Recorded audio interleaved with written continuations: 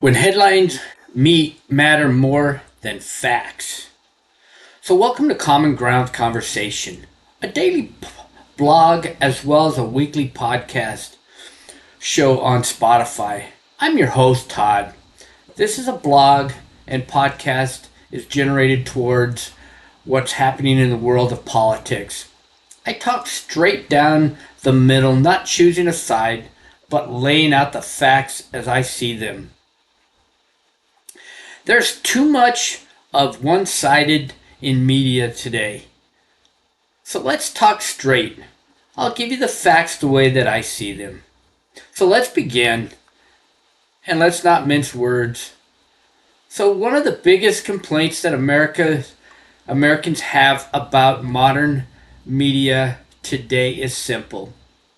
Too many headlines are designed to create emotion before people even read the story or hear the story, and they hear the headlines. They create fear, anger, and outrage. This then begins to divide America into sides. And you see this right now, especially in the political sides with the Democrats, the Republicans, and the independents. And even now, those that are basically undecided. And frankly, I believe this is really what your political leaders want to do, is divide you into sides, because it's easier to control you when you're divided into different sides. Okay, when you're in a smaller group, they can divide you, they can control you. Everything becomes framed as a crisis.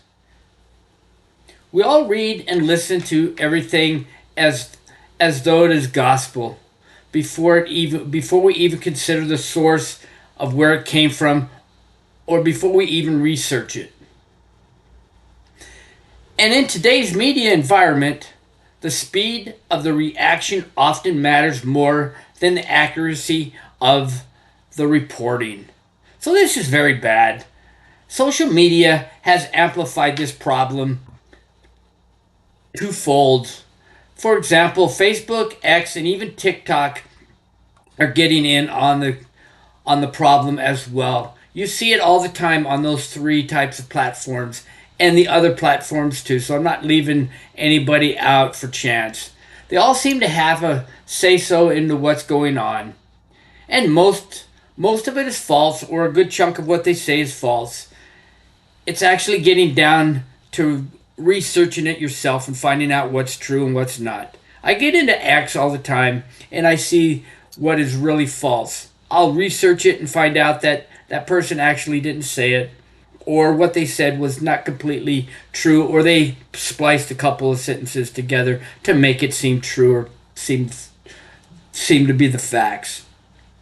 I mean, really, have you listened to the show The View? Those people there don't even know politics, probably. Okay? They're probably just getting it from different resources and not really knowing what they're talking about. Okay? But do you actually think that people actually know about politics, or that they do? The reason that they're getting it, or the reason that people are watching them, is because they're the loudest. The most emotional headlines spread the fastest. The most decisive clips get the most engagements. The most emotional public becomes the most profitable, and outrageous cycle becomes more involved in everyone. So this becomes very dangerous, or a dangerous incentive, all right? This becomes big business. They're all getting to the point that most of the news or what is being reported is false. But if we are the loudest, or if they are the loudest, then they get the biggest audience. All right, news organizations compete for attention instead of trust. And that becomes bad, and that becomes dangerous, because everybody believes what they hear. They say that they believe that the news is true most of the time. Look on X when you go there, or any of these other platforms. You've all heard the saying, it can't be true if they put it on one of those platforms, right? False. All right? For example, The View. It is the number one talk show host in America right now. But why? Well, here's the reason, or one of the reasons: because they are the loudest. They bring emotion to the screen. Whether you like what they say or not, they bring it. It's true. Politicians compete for emotional reactions instead of solutions.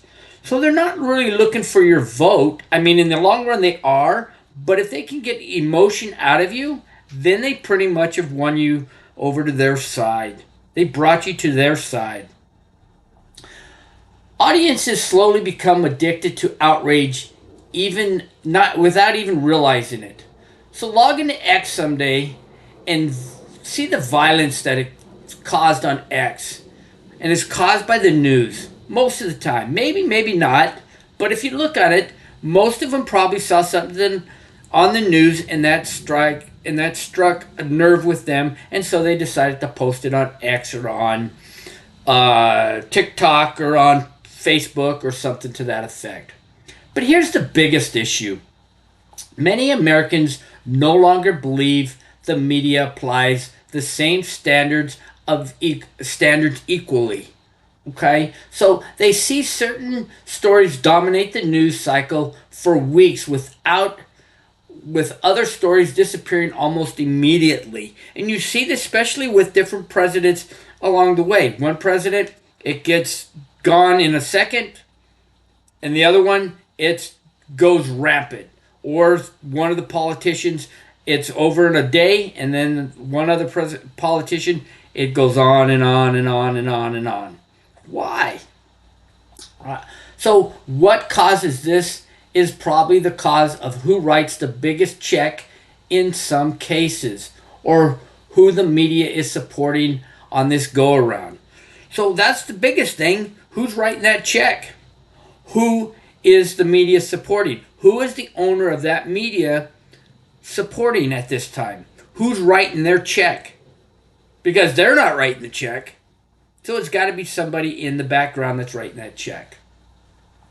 So they see language change depending on who is involved politically. And once people begin noticing selective framing, trust starts collapsing. We're all losing trust in media. I have. And I'm sure you have too. So let me ask you this question. How many of you really trust what the media says? Probably not very many of you. And then again, I could be wrong. I mean, if you look on X or Facebook or any of the other social media platforms, you see all these people acting it out. And how many of you look towards a different source for news information, such as podcasts or any of these other platforms? Now, to be fair, bias exists everywhere. Independent media has bias. Corporate media has bias. Social media algorithms have bias. Even audiences themselves have bias. The real question is whether journalism still values fairness enough to challenge its own narratives. So there's the big question. Do journalists trust themselves? Or do they have to go with the norm? Do they have to go with what they're doing? If you get journalists that are independent, maybe not. They probably go on their own route. So journalists can have their own opinion. Nobody's saying they can't. They can have their own opinion when they write the story. After all, they are human. But they still need to stay or should write the story being biased. They could even write the story and state in that story, hey, this is my own opinion, or this is what I think, or whatever, but let people know that this is my opinion. This isn't what so-and-so said, but still mention the facts of the story. Not spice 2 or 3 lines together of a story to make their own story. So I appreciate you all listening. Again, thank you for tuning in. If you like what you read or like what you're hearing, please forward this on, as well as leave your comments and subscribe to Substack and Spotify, and also to YouTube, my YouTube channel. You have an outstanding day. I appreciate your time. And you all have an outstanding day. Thank you very much.